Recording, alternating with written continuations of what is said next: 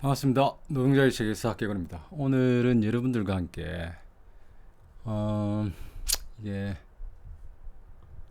24일 날 8월 29일 날 며칠 됐죠. 이정석 검사 비의혹 이정석 검사 탄핵소추 기각권과 관련해 가지고 한번 얘기해 보려고 하렵니다. 이게 또 우리가 제가 보는 그 관점에서 좀 얘기가 나눠볼 부분이 있어가지고 오늘 주제를 한번 정해봤습니다. 8월 29일 날 뉴스데스크 MBC 뉴스에 뭡니까?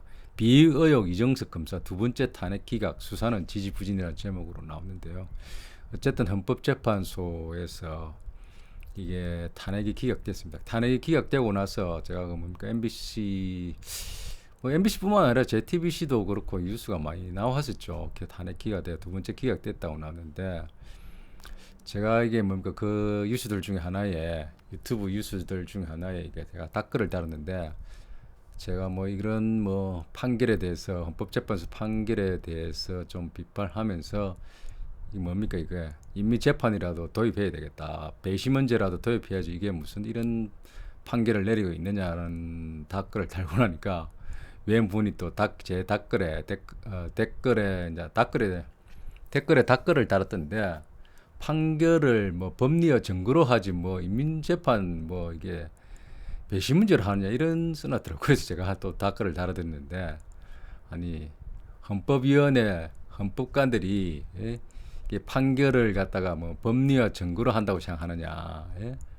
그 읽어보면은 자기는 그 증거라고 이게 기각해달라는 증거로 제시한 것을 믿지 않는다고 이 판결을 하는데 그게 무슨 결국은 그 판결을 법리와 증거를 사람이 판결하고 그리고 제가 그렇게 답글했습니다. 판결을 내리고 싶은 대로 모든 법리와 바라보는 법전 조문은 법에 다 있다. 결국 자기가 내리고 싶은 대로 내려올 수 있다. 오만 법리가 다 있는데 그걸 뭐 그 법리와 증거로 한단 말입니까? 증거를 들음에도 자기 법리와 자기가 하고 싶은 대로 법리와 증거를 인정하지 못하면 끝인데. 그래서 제가 그 댓글을 보고 이게 한번 내용으로 다뤄야 되겠다. 이 헌법재판소가 내리는 판결에 대해서 우리가 어떻게 바라봐야 되는지에 대해서 한번 얘기를 해봐야 되겠다는 생각이 들어서 제가 과거 사례, 우리나라 사례는 아닌데 프랑스에서 일어난 사례를 가지고 이게 헌법재판소의 판결을 어떻게 바라봐야 되는지 해석해야 되는지를 한번 얘기를 나눠보려고 합니다. 때는 2006년도입니다. 2006년도에 프랑스에 최초 고용 계약이라 해가지고 이 법이 도입이 되었습니다. 도입이 시도됐는데 요는 이게 최초 고용 계약이라고 해가지고 프랑스로는 제가 뭐 발음을 잘 못해가지고 그런데 읽을 줄 몰라서 그런데 세페라고 한답니다. 약어로 세페라고 읽는다고 하는데 이 최초 고용 계약이 뭐냐면은 26세 이하의 피고용인들 그러니까 피고용인은 채용 후에 2년간의 수습기간 동안에 정당한 사유 없이 해고할 수 있는 법입니다. 그러니까 내가 특별히 고용하고 나서 특별한 이유가 없어도 고용주는 마음대로 해고를 할 수 있다는 거죠. 그래서 이게 이 법을 도입하게 된 이유는 이게 이 비표면적인 이유는 고용을 늘리기 위했던. 그 당시에도 마찬가지 지금 나오죠. 프랑스의 고용 실업률이 상당히 높았다고 합니다. 이러한 실업률을 높여다 보니까 이게 그 원인으로서 이게 고용을 하고 나면 해고를 잘 하기 힘드니까 해고를 쉽게 하면은 그 고용을 부담 없이 고용주들이 고용을 할 거다는 미명 아래 이 법이 도입된 거죠. 근데 이제 26세 이하는 아직도 경험이 부족하니까 그 수습 기간 동안에는 해고를 좀 자유롭게 할 수 있게 하면은 고용이 늘어날 거다 하고 이 법을 도입했습니다. 이 법을 도입했는데 이 법을 도입할 당시에 이제 프랑스 정치 상황을 보면은 잠깐 보면은 대통령은 22대 대통령 자크 시라크였습니다. 시라크 총 대통령이었고 사진 뒤로 보시면 아마 이게 좀 연배가 계신 분들은 기억이 나실 겁니다. 이 프랑스 대통령. 그리고 그 당시 총리가 뭐 여러 명 한 4명 정도 이렇게 시라크 대통령 밑에서 있었다고 하는데 마지막 총리가 이렇게 뭔가 도미니크 더 빌팽이라는 분이었습니다. 이분이 이제 총리가 시행하게 된 거죠. 프랑스 정치는 뭡니까 대외 정치뿐만 해가지고 외국 큰 뭡니까 대외 정책은 대통령이 주로 하고 국내 정치는 총리를 중심으로 하죠. 그래서 이 총리가 그 2006년도에 뭡니까 이게 젊은이들의 고용을 뭡니까 실업률을 줄여보겠다고 해가지고 나름 본인은 사회적 응급 계획이다. 사회적으로 굉장히 지금 급한 계획이다. 응급 조치를 취할 정도로 급한 뭡니까 이 실업률을 해결하기 위해서 이 계획을 세워서 시행해야 된다 해가지고 사회적 응급 계획을 내놓는데 그 계획의 일환으로 법안으로서 세페라 해가지고 세페를 도입하게 됩니다. 이 세프가 그야말로 뭡니까 26세 이하의 비고용인을 채용하고 난 다음에 고용하고 나면은 아무런 이유 없이 아무런 정당한 이유가 없어도 그냥 해고할 수 있다는 거죠. 그래서 이 법을 도입하려겠습니다. 도입하려고 하고 나니까 어떻게 됐겠습니까? 프랑스 가만 안 있겠죠. 프랑스에 2000 뭡니까 저 16일 날 이 법을 뭡니까 이게 자기의 입법 계획을 발표를 했는데 이 법을 발표하고 나서 2월 9일 날 그러니까 뭐 사회적 논의가 좀 시끄러웠겠죠. 시끄러웠는데 2006년 2월 9일 날 이제 이게 가장 크게 이제 발단이 된 게 프랑스 하원에서 표결 없이 이 법안이 통과가 되어 버렸습니다. 왜 어떻게 통과됐냐면은 프랑스에는 뭡니까 그 총리가 뭡니까 프랑스 헌법 제 49조 3항에 있는 조항을 이용해 가지고 이 49조 3항이 뭐냐면 헌법 49조 3항은 프랑스 정부가 법안을 의회에서 표결 없이도 통과를 시킬 수 있도록 하는 특별 조항입니다. 긴급 조치 조항이죠. 그 정도로 뭐 긴급한 조항이면은 총리가 하원의 뭡니까 표결 동의가 없어도 통과시킬 수 있다는 조항이죠. 근데 이 조항을 사용하게 되면은 야당에서 40시간 내에 불신임안을 표결에 붙여가지고 불신임 통과되면은 정부가 이렇게 뭡니까 물러나야 된다고 합니다.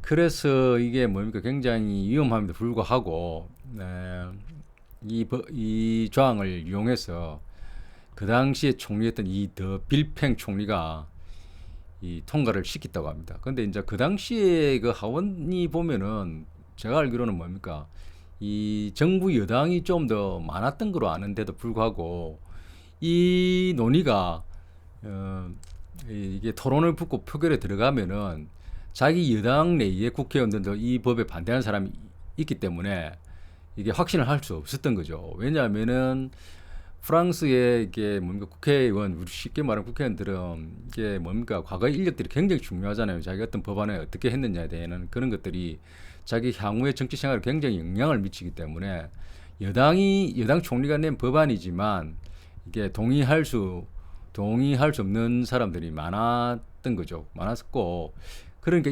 이게 뭡니까 토론이 붙고 표결이 되면은 그 하나하나의 이 법안에 대해서 누가 반대하고 누가 찬성하고가 이제 나올 텐데 이렇게 되면은 여당 내지만 반대할 그 국회의원들이 많을 거다는 생각에 총리가 뭡니까 자기 그 긴급 조치 안을 이렇게 뭐 특별 조항을 이용해서 표결 없이 2월 9일 날 통과시켜 버린 거죠. 이 통과된 게 결국은 문제가 돼 있던 거죠. 그리고 이제 통과되고 나서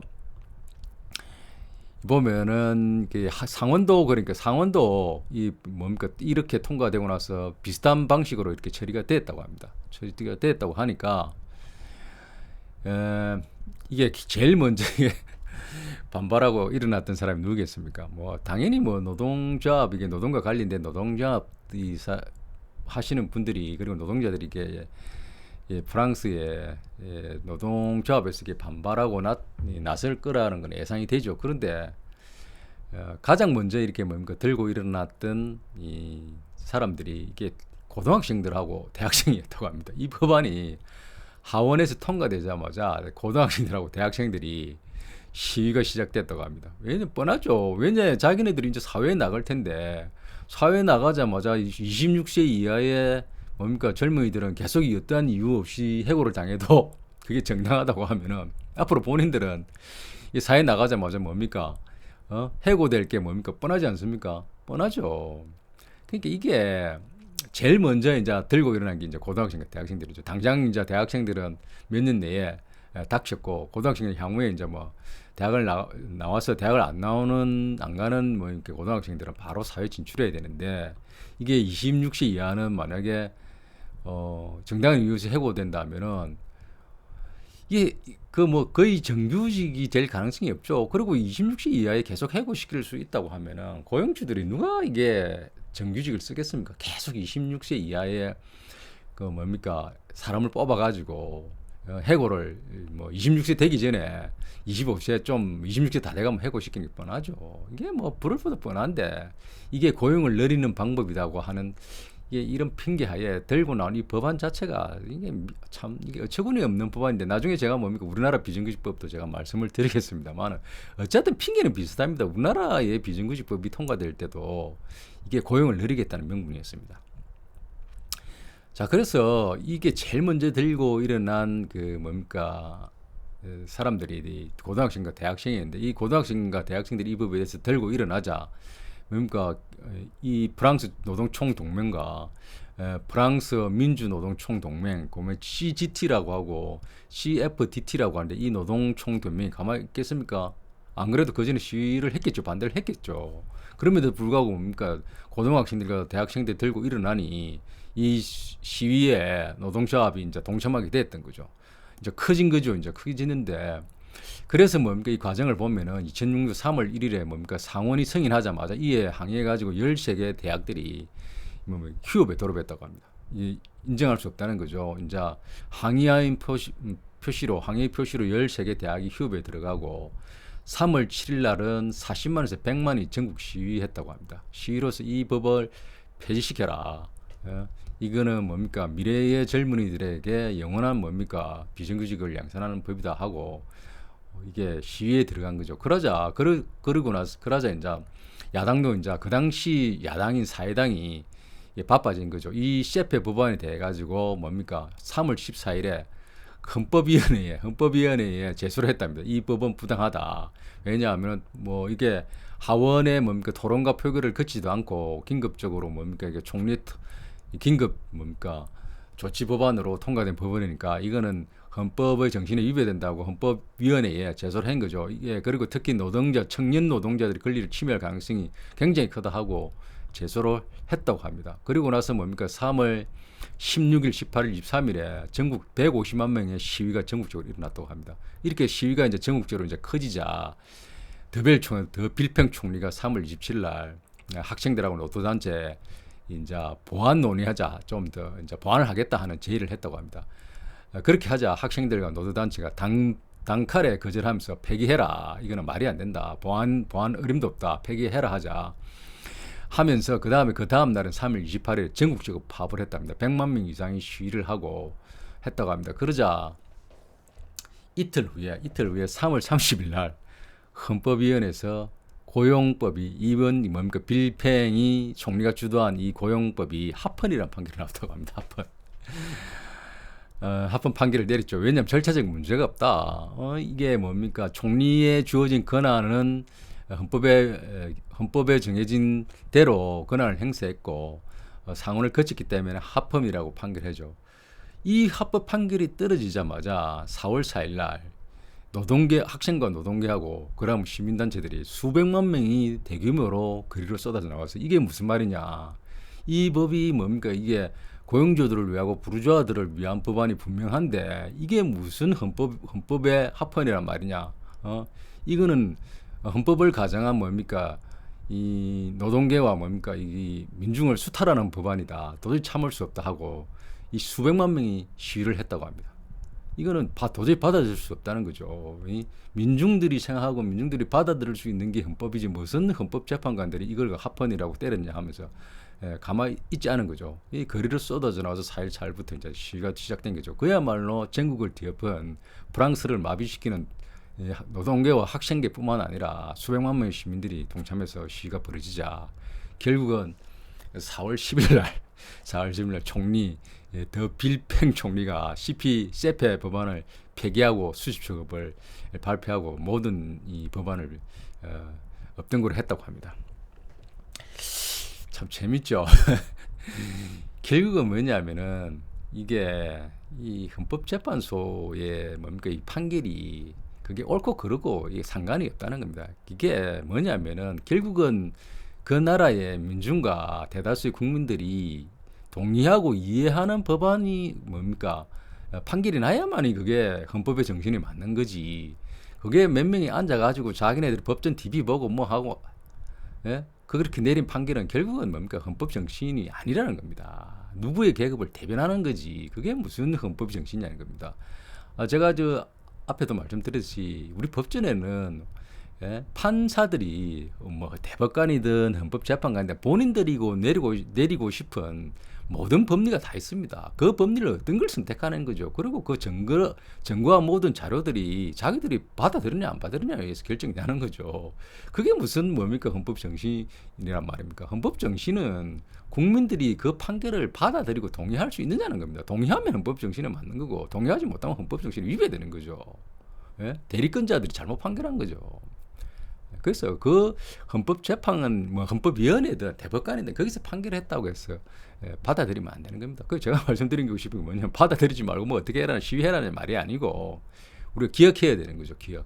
네? 이걸 기억했다가 다음 우리가 지금 당장 들고 일어나서 이걸 바꿀 수 없다고 하면은 다음 선거 때 반드시 심판을 해야 되는 거죠.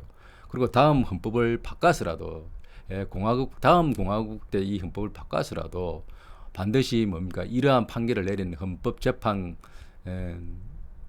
잘못된 헌법 재판에 대해서 우리가 민중들이 할 수 있는 법안을 만들어야 돼요. 소위 말하면 이러한 중요한 법안들은 헌법 재판관들이 아니라 우리 시민들이 모여서 배심문제를 통해서 판결을 해야 되는 거죠. 그게 법을 바꿔야죠. 이걸 까먹으면 안 되는 거죠.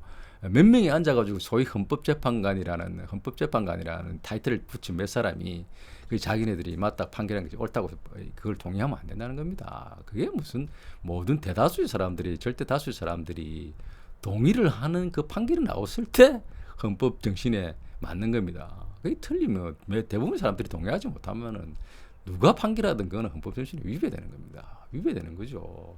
그건 민심이 전심이죠. 하늘의 전심이 이 법입니다. 법. 그걸 재판관들이나 헌법재판관들이 그게 맞는 거의 뭡니까 일치하는 판결을 내려야죠. 법리사전에 5만 법리가 다 있죠. 법준에. 그 법리 중에 본인이 좋아하는 판결을 내리면 안 되죠. 자, 그래서 제가 이게 헌법재판이 뭡니까 검사 탄핵에 대한 헌법재판관들이 그 판결을 바라보면서 우리가 그 판결을 어떻게 바라볼 것인가. 뭐 어떤 분들은 제대로 내렸다는 분도 계시고 어떤 분들은 이게 헌법에 상당히 위배되는 판결이라고 생각하는 분도 계실 겁니다. 어쨌든 저는 잘못된 판결이라고 보고요. 제 의견에 동의하시는 분들은 반드시 그걸 기억해서 다음 선거 때 심판을 해야 될 것입니다. 심판해야 되고 그리고 제가 또 이 사건 이유를 말씀드리면 이 수습되기 프랑스의 그 당시 2006년도에 총리 도미니크 더 빌팽 총리가 이 수습책을 발표하고 나서 이제 무효가 됐죠. 헌법재판소에서 뭐 합의든 말든 이걸 다 법을 폐지하고 난 다음 2007년도 선거에서 대통령인 시라크 자크 시라크 대통령은 출마를 아예 하지 않았고 그다음 더 빌팽 총리는 어쨌든 정치의 후선으로 밀려났습니다. 밀려나가지고 사라졌죠. 역사에 대한 그로 사라지고 그 당시 그리고 23대 대통령은 여러분들 다 아는 사르코지 대통령이 당선이 되고 그야말로 이 사건으로 인해 가지고 대통령은 그 뒤에 스스로 물러나고 출마하지 않고 총리는 역사의 뒤안길로 사라졌습니다. 상당한 중요한 사건이었죠. 그래서 제가 이 재판을 바라보는 법이 옳고 그르냐를 떠나서 우리가 바라보는 관점이 일부 몇몇 헌법재판관이든 대법관이든 그 판결을 내린다고 해서 그걸 받아들이면 안 된다는 거죠. 그걸 바꾸려고 하고 그걸 올바른 길로 반드시 고쳐놓겠다는 생각을 가지고 있어야 되는 겁니다. 그래서 이와 프랑스의 사례를 보고 우리나라를 사례를 한번 보면 우리나라 기간제 비정규직법은 2006년도 똑같습니다. 2006년도에 프랑스가 그 당시에 이 비정규직법을 통과하려고 했을 때 우리나라도 2006년 11월 21일 날 제정됐고요. 우리나라는 아쉽게도 2007년 7월 1일부터 시행이 됐습니다. 통과가 된 거죠. 그 당시에 노동계와 각종 시민단체들이 엄청나게 반대를 했습니다. 반대를 했음에도 불구하고 노동계의 힘만은 부족했던 거죠. 통과가 되고 시행이 됐는데 만약에 이 당시에 프랑스와 같이 고등학생, 대학생 모든 이들이 이 법의 심각성을 알고 들고 일어났다면 지금 이 법이 시행됐겠습니까?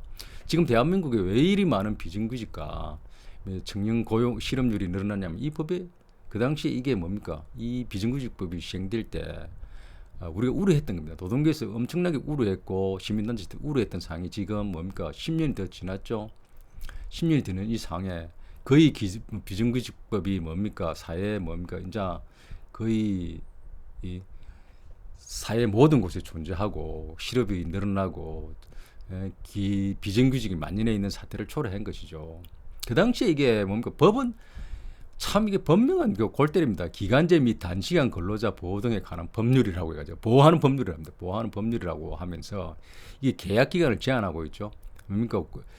이게 비정규직을 최대 2년 동안으로 제한하면서 뭡니까? 2년 이상은 쓰지 마라. 그리고 2년이 지나면 정규직으로 고용하라고 뭡니까? 이게 고용 정규직 전환을 촉진하는 법률이라고 하는데 아니 고용주들이 2년 동안 쓴 뭡니까? 비정규직을 정규직으로 뭡니까? 전환하는 사람이 얼마나 될까요? 전환하는 회사가 거의 없죠.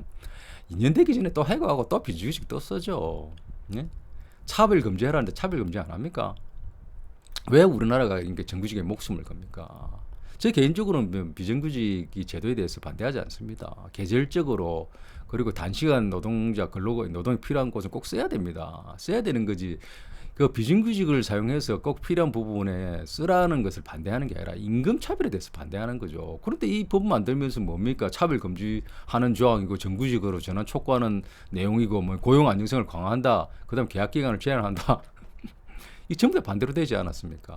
2년 이하, 2년 넘으려면 다 자르고 차별이 있고 정규직 전환을 하지 않고 고용 안정성이 강화됐습니까? 엄청나게 고용이 뭡니까? 불안해졌죠. 지금 10년이 지난 지금 대한민국의 고용시장은. 청년들의 뭡니까? 비정규직은 뭐 비일비재하죠. 좋은 일자리가 없죠. 예? 이게 사회를 뭡니까? 우리가 경쟁력이 있고 좋은 일자리를 많이 만들고 한 겁니까? 지금 와가지고 어떤 정부가 들어서도 마찬가지입니다. 이 법이 시행되고 나니까 예? 뭡니까? 쉽게 말하면 뭡니까? 보수 정권이 쓰든 뭡니까?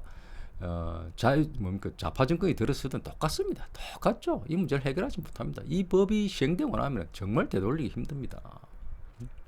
그 당시에 우리가 뭡니까? 좀 더 이 법이 시행되고자 할 때 사회적으로 이 법에 대해서 심각하게 생각하고 모든 사람들이 참여해서 이 법을 통과시키지 못하도록 시행되지 못하도록 했다면 조금 더 달라질 수도 있었겠죠. 지금의 비정규직 문제는 똑같은 2006년도에 비정규직 문제가 발의가 되고 했지만 프랑스 사람들이 뭡니까?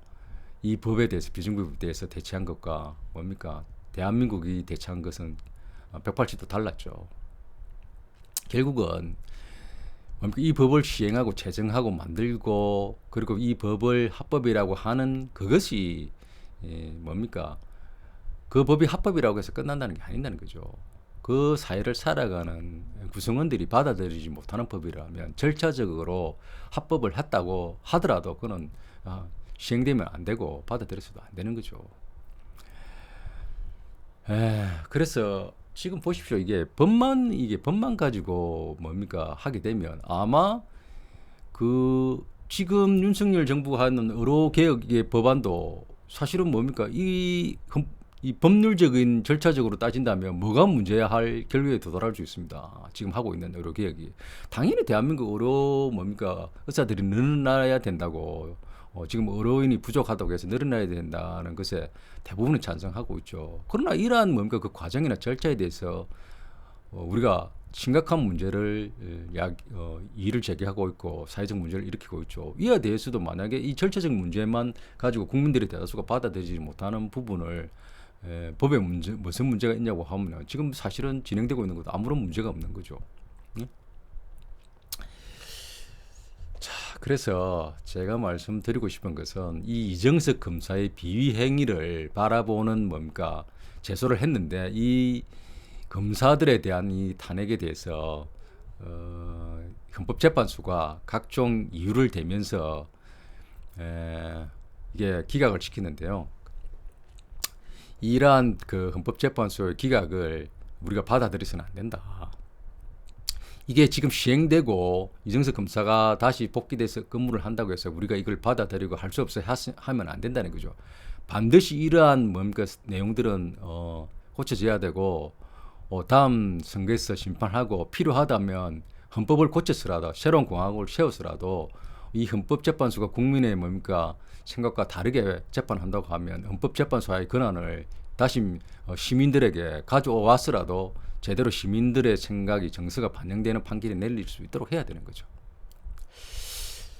자, 오늘은 그래서 이 이정석 검사의 탄핵 제소에 대한 헌법재판소의 이 판결을 바라보면서 우리가 앞으로 뭡니까 어떻게 해야 되고 또한 뭡니까 자라나는 우리 후세 지금 뭡니까 젊은들이 어떻게 해야 되는지에 대해서 한번 제 나름대로의 생각을 얘기해 보았습니다. 자, 다음 시간에 또 뵙도록 하겠습니다.